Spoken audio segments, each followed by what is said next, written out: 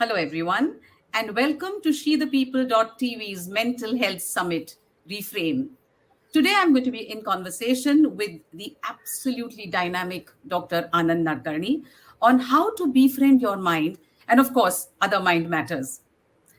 Psychiatrist, thinker, playwright, author of 19 award winning books, musician, poet, sketching artist, motivational speaker, consultant to film, tabla artist, senior social activist, TED speaker, and an active researcher of philosophy and history, Dr. Anand Madhusudan Nadkarni is a recipient of several prestigious awards. He faced the challenge of polio in his early childhood. Undaunted, he went on to become an eminent psychiatrist. Later, he established the Muktangan De-Addiction Center in Pune in 1986 and is currently its chairman. His work in the field of de-addiction is path-breaking. Dr. Nadkarni started the Institute for Psychological Health, IPH, along with other colleagues in 1990 with a mission of destigmatizing mental health. IPH has been successfully collaborating with industrial houses of global repute, educational institutions, security forces, athletes, artists, and individuals across all socio-economic strata of society, age and gender, no bar.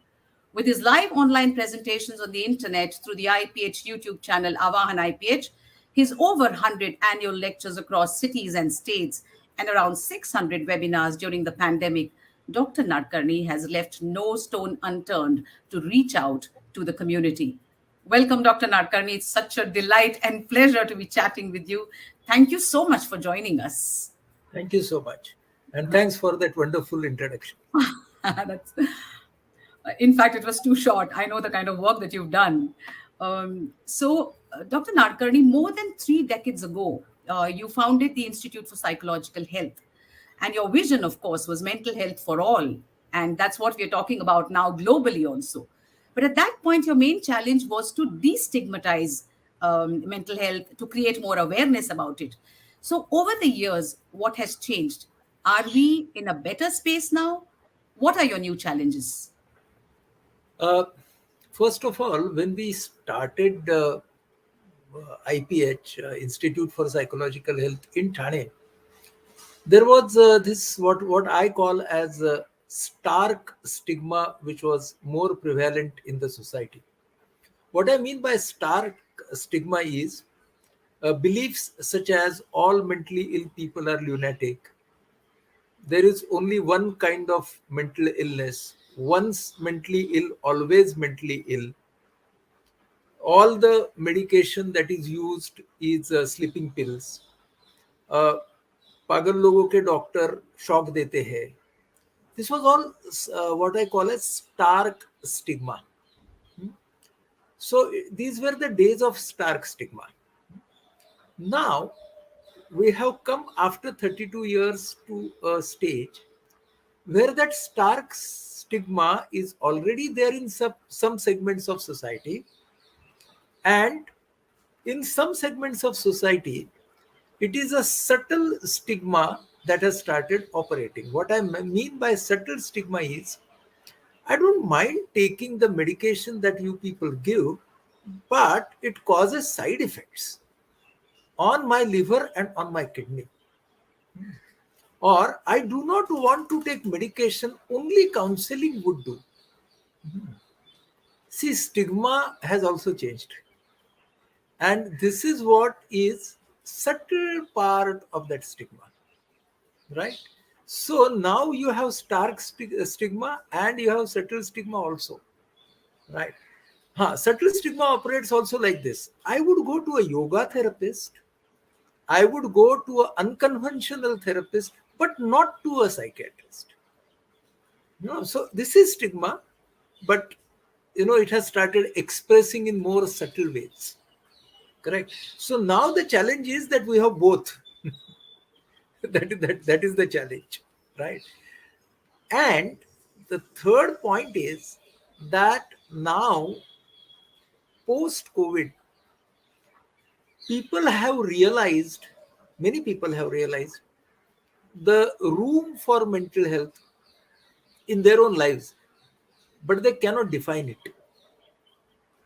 So we have to help them define. That is another important point. And the fourth point is that when people are turning more towards mental health because of whatever, because of the post COVID scenario or the efforts that people have done to bring in the sensitization, whatever reasons. But now the most important challenge is to give a service that is effective. If mental health professionals fail in service delivery now, they can't give quality service. If they are not able to give holistic service, then in 5 years time things could boomerang on us, that we came to you but you disillusioned us. We came to you and what you gave is only pills. You did not listen to us. We came for listening. There is a likely backlash because of quality deficits that we as mental health professionals have to be aware of and use it. Use the means that we have to improve on our quality of mental health services, not only in our individual practice, but for the community at large. So that is going to be a challenge. I'll just give you one example and stop. When we started our third operational area in a city, Nashik, like we have IPH in the city of Thane near Mumbai, then in Pune. And when we started in Nashik 2 years back, we changed our model. And we said that the community mental health model now has to be inclusive of all the practicing psychiatrists in that city. So in our Nashik model, what we call as IPH Mind Lab Nashik, all the practicing psychiatrists are our patrons. And we are adding the services that they are not able to provide in their private practice. So they could be support groups, they could be psychometric assessment, they could be sensitization programs, they could be school mental health programs, they could be corporate mental health programs. We are doing that, and they are kind of referring people for these services to us, which is a wonderful experiment where there is no competition but collaboration. So we need to work on all such kinds of devices, right? And one very primary device is many mental health professionals coming together, pooling their own talents rather than doing solitary practices, which people have started doing, but people have started doing only in terms of indoor psychiatry, the hard psychiatry. People have not started doing it much in terms of soft psychiatry or mental health developmental needs, but there also it is very important to come together. IPH has involved at all times the contributions of non-mental health professional well-wishers, volunteers. That is another area where many of us will have to venture into, because by sheer number, the mental health professionals, whether they are psychiatrists or psychologists, may not be able to fulfill the real need of mental health in all the three segments of distress, disorder, and development across the country, possibly next 20 years. So there will have to be these kind of collaborative measures. IPH has started a collaborative measure called Anubandha, where we are working with agencies and organizations which are working in the sphere of physical health and trying to empower their teams into mental health. We are running one such project in Medghat.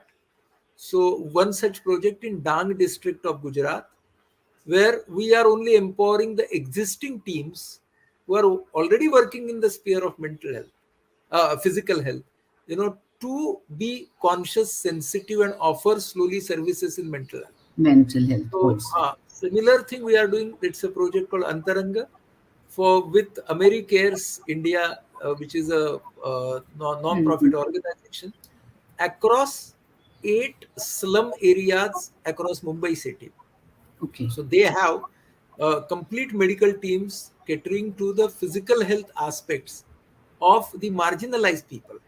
And we Okay. have been training for last 1 year, and now glad to say that concurrent mental health OPDs have started, where Okay. Okay. their MBBS doctors are seeing the patients, and Okay. our team psychiatrists from IPH are online available. Oh, wonderful. Wonderful. Similar activities we are about to start in Dang also. So Okay. where their doctors are empowered and our doctors are available online. See, these are the kind of Collaborative efforts that you're talking collaboration. about. All of them we are documenting because we feel that everything that we are doing can be replicated. The resources should be available to others also to follow. That's right. That's So these are the ways we are. I'm not just saying that it should be done, but we are doing it in more than one ways. yes, yes. You made a very pertinent point. You talked about people are acknowledging mental health. I mean, post COVID, especially. But what really is mental health? I mean, all of us go through phases when we are not feeling very okay. Okay. But how does one recognize that things are not okay to the extent that I'm going to need intervention?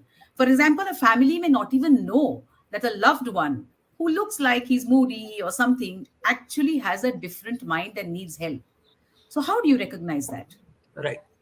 So first of all, let's try to understand what is mental health. Then we can go to how to recognize distress. Very simply put, uh, mind means your thinking gives you fuel, your emotions give you spark. So when fuel and spark come together, energy is produced. That energy is put into what is called as behavior. So very simple to understand that it is thinking, feeling, and behavior. Now, what happens is that when the thinking, feeling, behavior, see, it is like this, that thinking gives rise to feeling, feeling gives rise to behavior, behavior gives rise to next thinking. So, this is a kind of a circle, right? When this circle is in rhythm, it is called mental health. The moment this rhythm is disturbed, it is called distress. And when this rhythm is completely gone, then it is called disorder. So this is very simply put, but easy to understand. Now, the distress will start either from the thinking part, or from the emotions part, or from the behavior part. For example, I may get a thought that my hands are dirty even after washing it. So it starts with thoughts. My point will start with I'm sitting and suddenly I'm getting palpitation and feeling very frightened. It will start with feeling. Sometimes my problem will start with behavior, that at that particular time I have to go and smoke, right? So, what is important? How that thought, or how that emotion, or how that behavior disturbs this rhythm. Now, when do we say that the rhythm is disturbed? When we go away from our goals and priorities. Who decides the goals and priorities? Partly our aspirations and partly the expectations of the significant ones in our life. So, partly it is our aspiration, partly it is expectation. When it starts disturbing that rhythm, I mean, because of that, our rhythm getting disturbed, then we call that the distress has started. Now, to measure the distress, there are three important words: intensity, frequency, and duration. So, suppose the thought is very intense, it persists for a longer time, right? And its frequency is too much, same for emotion, same for behavior. Then the time has come to seek help. Now, in addition to intensity, frequency, and depression, we add that when this dysrhythmia word is used with heart, cardiac dysrhythmia, but when your thinking, emotions, and behavioral dysrhythmia starts affecting your level of productivity and efficiency, one, productivity and efficiency, two, your pleasure in life, your comfort in life, and 3, your relationships. Right? So first 3 words were intensity, frequency, duration. Here it is efficiency, productivity put together. Then you have your relationship and you have your comfort with your own self. So when it starts growing up on all these, then there is a need to take professional help. Okay, thank you for that. Uh, Doctor, we have seen that somewhere, I think there is more favoritism to the body over the mind. In fact, our dental hygiene is, more talked about than our mental hygiene. So, what is it that scares us so much? Why are we so afraid of our minds? And why do we shy away from conversations about mindfulness? Also, I wanted No, to know we when are we can we? are we are not afraid. We are We not, is feel it? that the mind is always under our control, Oh, I see. and Okay. mind has to be controlled by self only. Hmm. So actually it is our need for controlling ourselves, that I have to be in control. And we easily accept, many people don't accept, but most of us accept that the body is not so much under our control. And that is why that is why they realize that and they seek help. But there is a age long belief that mental health, is always under my control. Hmm. And also losing that control is seen as a vulnerability that is very disrespectful. The vulnerability which shows that I am a person or a human being of a lesser value. If I lose that, then I lose my social competency, my social prestige. There's so many things around it. So, and mind control is not, it doesn't come under medicine. That is another belief. That mind control, for that I'll go to yoga. For that I'll do, I'm not disrespecting any one of these. Okay. They are wonderful, nice means. Okay. But it doesn't come under medicine. That is a belief. My body comes under medicine.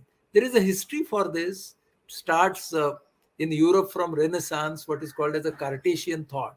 There is a history for this. But if you go back than that, our own traditional medicines, medical schools in India, elsewhere also, have always looked at body mind as a unity. Ayurveda says that Prakriti iti Shariram, Prakriti iti Swabhavam.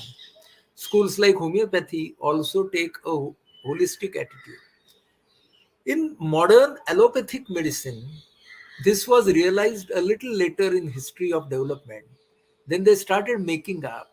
But by that time, see what happened. By that time, the inevitability of medicine for body was established. And compared to that, the mental health sciences, even in the history of modern medicine, have come hardly 125, 130 years back. So you can see why that resistance is there. So it's a many dimensional thing why it has happened. So, how early can we start these conversations about emotional hygiene? Can you talk to a child, for example, about emotional hygiene? Surely, parenting and Hmm. and parents should do that, can do that. Hmm. And I think currently it should start with an average child of 2 years, 2.5 years. Uh, those kind of dialogues, you know. So in my own home with my grandchild, my daughter, who is also a mental health professional, but when she's in the role of a mother still, she always starts giving him choices. What would you like to eat now, this or this? And when she started that conversation, he always used to go for second. Hmm. What is second? Na? Mind works that way. Na? So if I ask you whether you would like to eat banana or chapati, then you'll say chapati. Chapati or banana, then you'll say banana. Hmm. But slowly he started realizing, and now he thinks over it, and then responds. Previously, it was only a reaction. And now he says that I want banana or I want chapati. See, making a choice is something that the parent can teach a child of today's age and stage, I think from 1.5, 2 years. Very That's primary. How to make a choice, which means telling the child that there are choices. how wonderful is that? Yes. Huh? Telling Yes. the child that you have a choice. Hmm. And when I listen to these dialogues, now they're music to my ears. That uh, when she says that, okay, you want to do shushu, you will do Hmm. it now, or you want to wait for 10 minutes. Then he thinks, Okay. and then he says, okay, 10 minutes. This is Yes. the development, right? Okay. And Yes. from this age, it has to happen. So this is Hmm. only just one example, but that is how mental health, mental hygiene starts with that, no? Giving people, telling people that choices exist, then training them that this choice, how to select, then telling Hmm. them which are the helpful choices and harmful choices, then Hmm. telling them which are the pleasurable at short term and pleasurable at long term choices. Wonderful. That is Yes. education. The whole gamut. Yes. Yes. Yeah. So, why do some people seem more prone to depression, anxiety, and other mental health disorders? When we look at the holistic picture, what I talked about, a biopsychosocial approach of looking towards health, medicine, everything, then we have to look for factors in all the three fields. And any explanation is a multifactorial. It has to be a multifactorial explanation. It can't be a unitary explanation. For example, that if you are looking at genetics and the way the chromosomes and the DNAs are playing with you, they do contribute because they also have a impact on the development of personality. Then you have, of course, the conditioning, what we call in our country as samskara.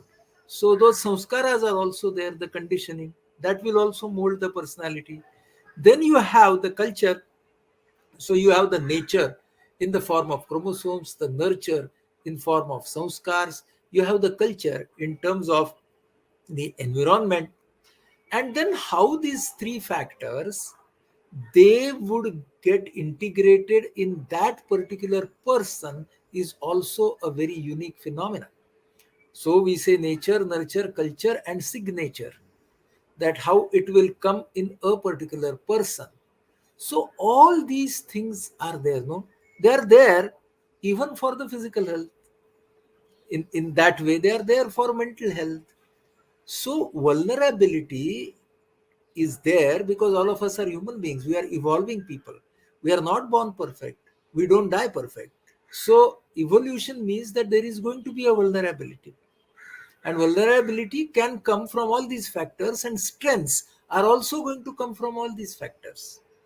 Right. So that understanding is very important.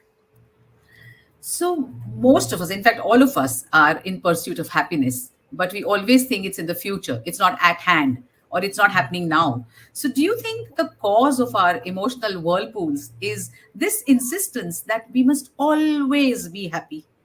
Do you think these unrealistic expectations are responsible for our distress?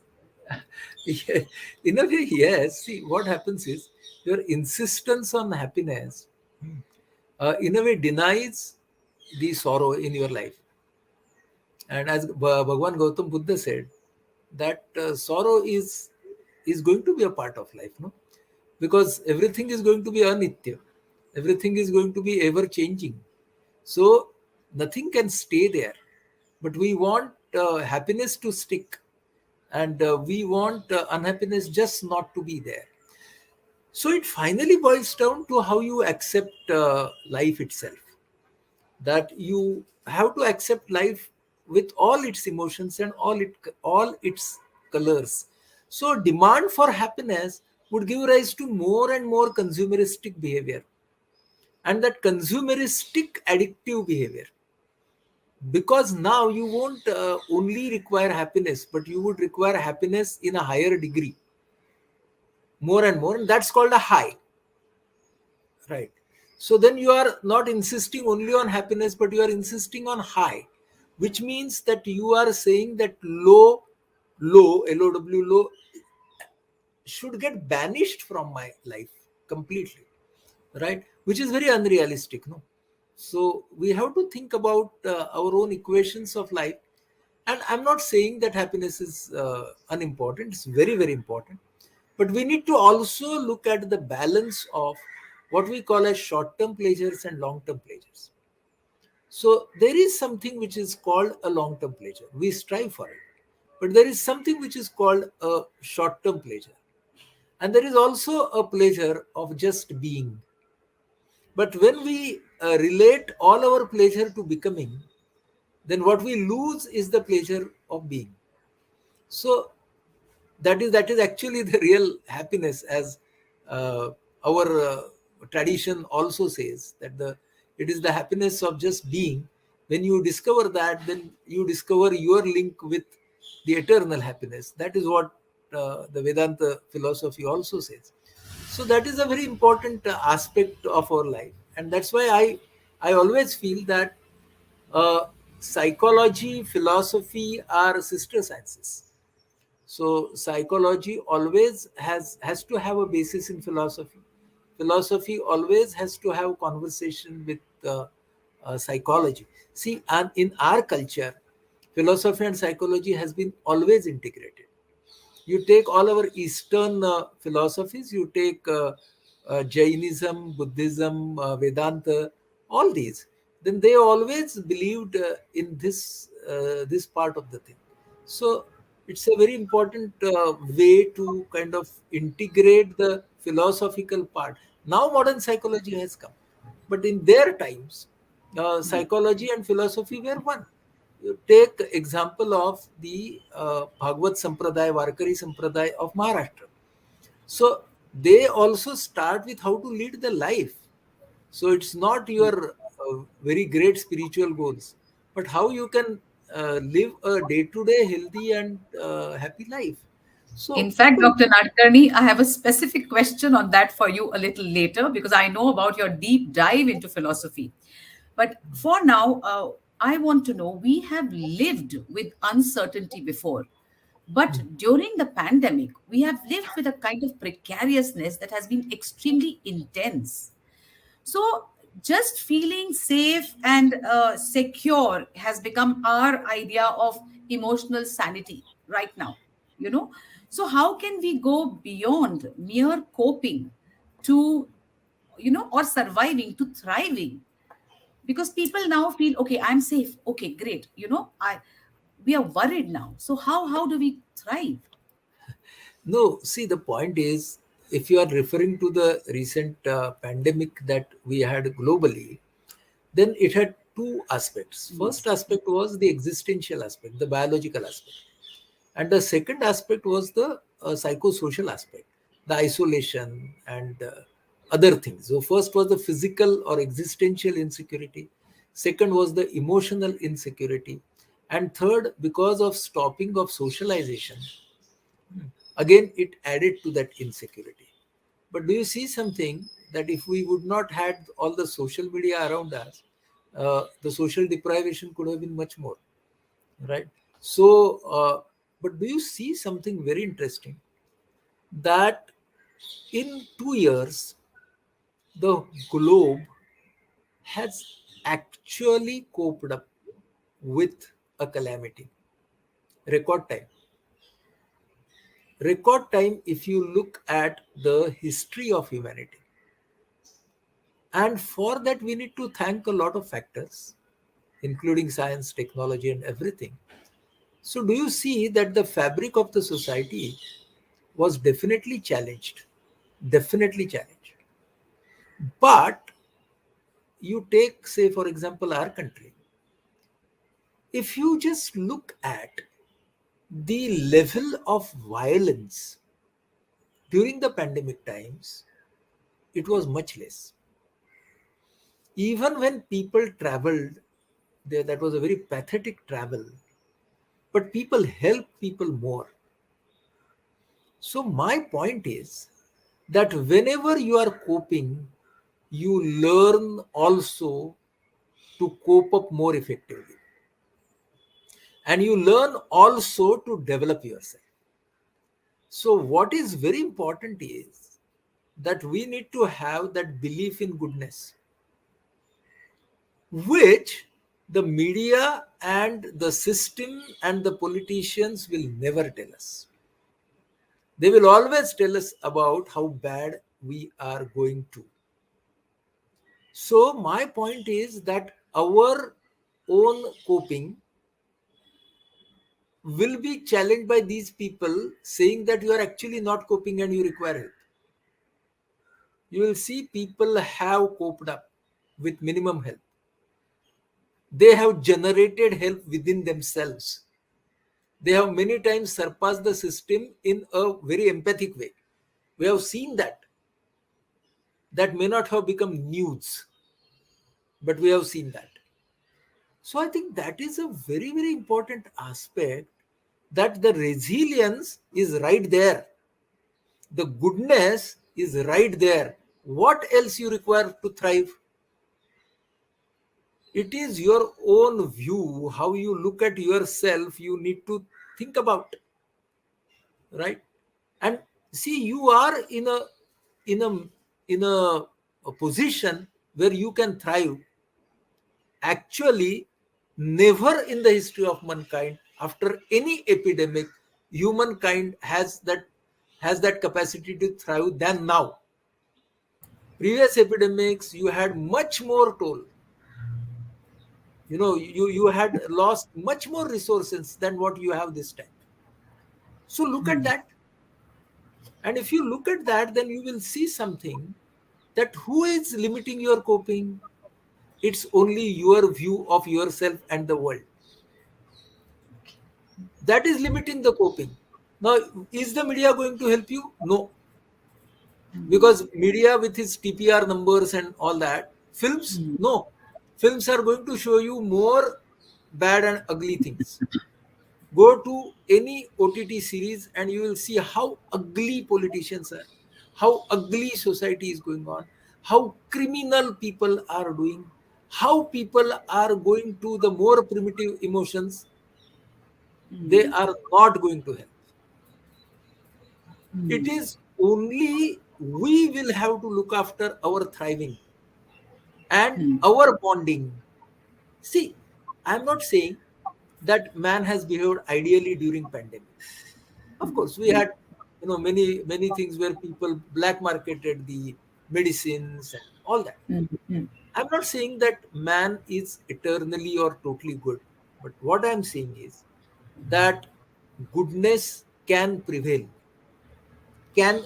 over badness. Badness Wonderful. is going to be there.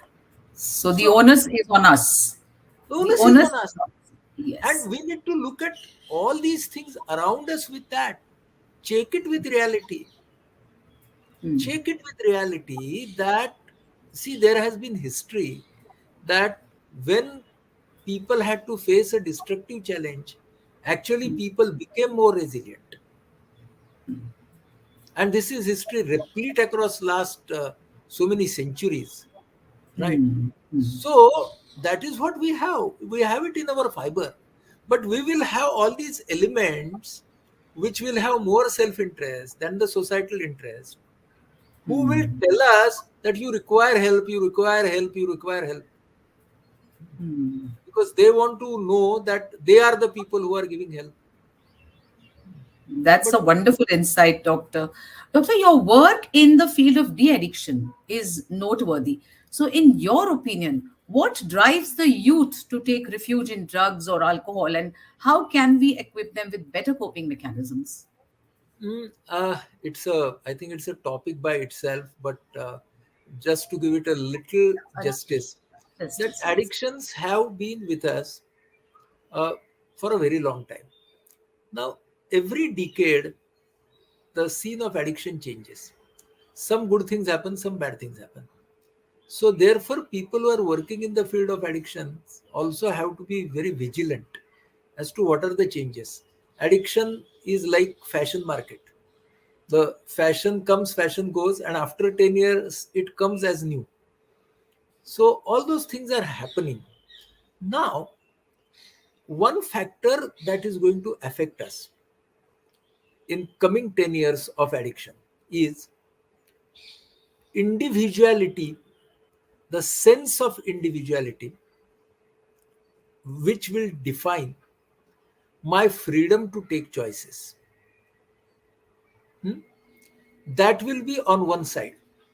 And there will be systems, including family, education, state, everything, who will set limits to it.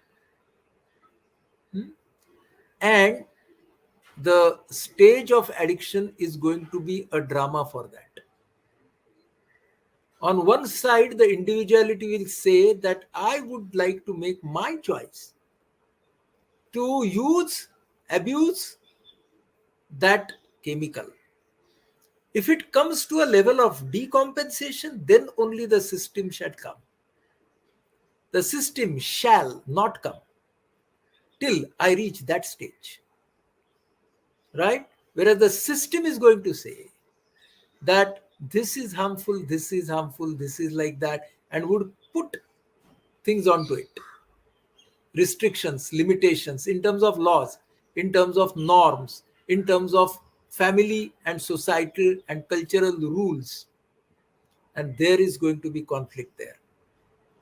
Now, to give the practical example of this, is legalizing cannabis, which is going on all throughout the globe. You have proponents and deterrents. But basically, it is this freedom of taking a choice and the system restricting the choice. For this, addiction is going to be a crucible in all the years to come. So, this is something that is very lively on the scene of addictions. It's a very vast topic, but this Yes, is yes, I where get. the future is going to be. Doctor, we spoke about philosophy, and with stress levels on the rise, people are turning to spiritual masters, scriptures, and you spoke of alternative healing techniques also. So, what role does spirituality play in mind management? And you have had a deep dive into Vedanta, Buddhism, Indian history, and you have also chosen to employ these timeless ancient principles towards better mental health outcomes. Am I right What about is that? Yeah, what is important is how you can link the traditional wisdom, which is there in our roots, in our culture, with the modern scientifically tested methods that have been available with us by science. Integrating that without maintaining any kind of dogma is very, very important. So, what is very important is that all these have lot of plus points. I mean, the modern mental health, the modern psychotherapeutic techniques, the modern psychopharmacology has a lot of strengths, and so has strengths all these ancient methods. Integration has to be our goal, synthesis has to be our goal. My work is focused more on linking neurosciences with uh, the Vedantic propositions, as well as the Theravada and the Mahayana propositions, and how those things can be utilized principally into our day to day lives. So that has been my kind of approach. But being blind by one is not going to help, right? Also, we need to have that line between what we call as practicing religions and the philosophies that all religions have to put into. Whereas practical religion is something which is more of the rituals, the norms that people follow, and which could be very different, can be different in different practicing religions, what we call as upasana dharma. So, upasana dharma is something, chitta dharma or jnana dharma is something. So, we should not get into that factor of only the upasana dharma is dharma. It is the chitta dharma, it is the jnana dharma that is very, very important for us. So that balance will have to be also looked at. So again, the religious rituals have their own values and have their own limitations also. And what is Doctor, very ah, yeah, yeah, no, no, sorry to interrupt you, but no, no, please go on, please go on, please yeah. go on. So that is another balance that we would have. And the third balance that we will have to be, now, as I said, no dogma that only this is good and the rest is bad. But what will be very important is to come to commonalities rather than delving on differences between even the upasana dharmas. How you can come to a unison into a dharma which is Vishwa dharma, or which is Manav dharma. And the neurosciences, they corroborate with this, that Hmm, the prefrontal neocortex that all of us have, which has hmm, more evolved emotions, and that hmm, can be linked with what we call as the real spirituality. So there is a lot of debate in the world nowadays on uh, what is called as non-religious spirituality. hmm, And hmm, finally, everybody comes to one point, that whether man is essentially good or essentially bad. hmm, So Rousseau and Hobbes, so these were the two philosophers who talked about these two poles in modern philosophy. So that debate is going to be there, but point is integration, keeping your eyes open, right? And finally seeing that the upasana dharma is okay, but the chitta dharma and the jnana dharma has to come in your day to day behavior, in your day to day practice. Then only it is dharma. Dharayati iti dharma. So dharana means beliefs.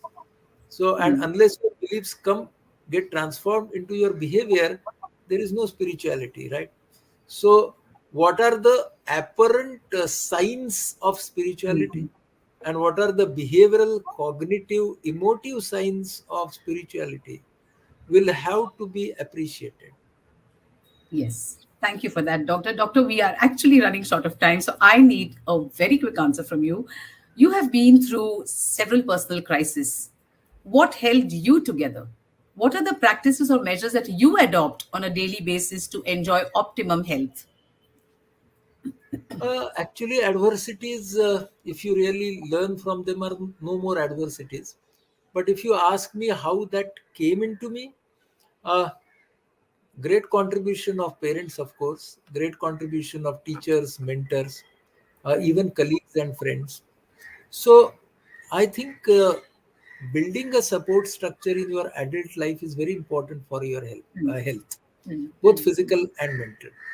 hmm, Also, realizing the limitations that you have, and trying to challenge those limitations, but again very realistically, is very important in health. And one needs to be also very conscious of priorities, the consciousness about what I want to give and what I want to get. hmm, And as far as I am concerned, if you ask me simply, that the balance between give and get, or the equation, hmm. I believe that if you take it, give more and get less, and come to a point of only giving, I think that is good for health as you go in advancing chronological age. Because with advancing chronological age, if the getting becomes more than the giving, then actually you are going more towards distress. Yeah. And any message that you like to give our viewers, a very short message so that all of them are happy. Yesterday, we had a great community event in Pune, and I was talking to a wonderful person, teacher of French language and French philosophy in JNU, Delhi. His name is Sharad Baviskar, and he said a wonderful thing that is lingering in my mind today. So he said that none of us are perfect, but all of us are perfectible. So I think that is lingering in my mind since yesterday, which I'll share with you. It's a nice one on which we can all have a thought. Yes, thank you so much, Dr. Nadkarni, for your time, for your valuable insights. It's been wonderful chatting with you. Thank you. Thank Thank you you for so much. joining.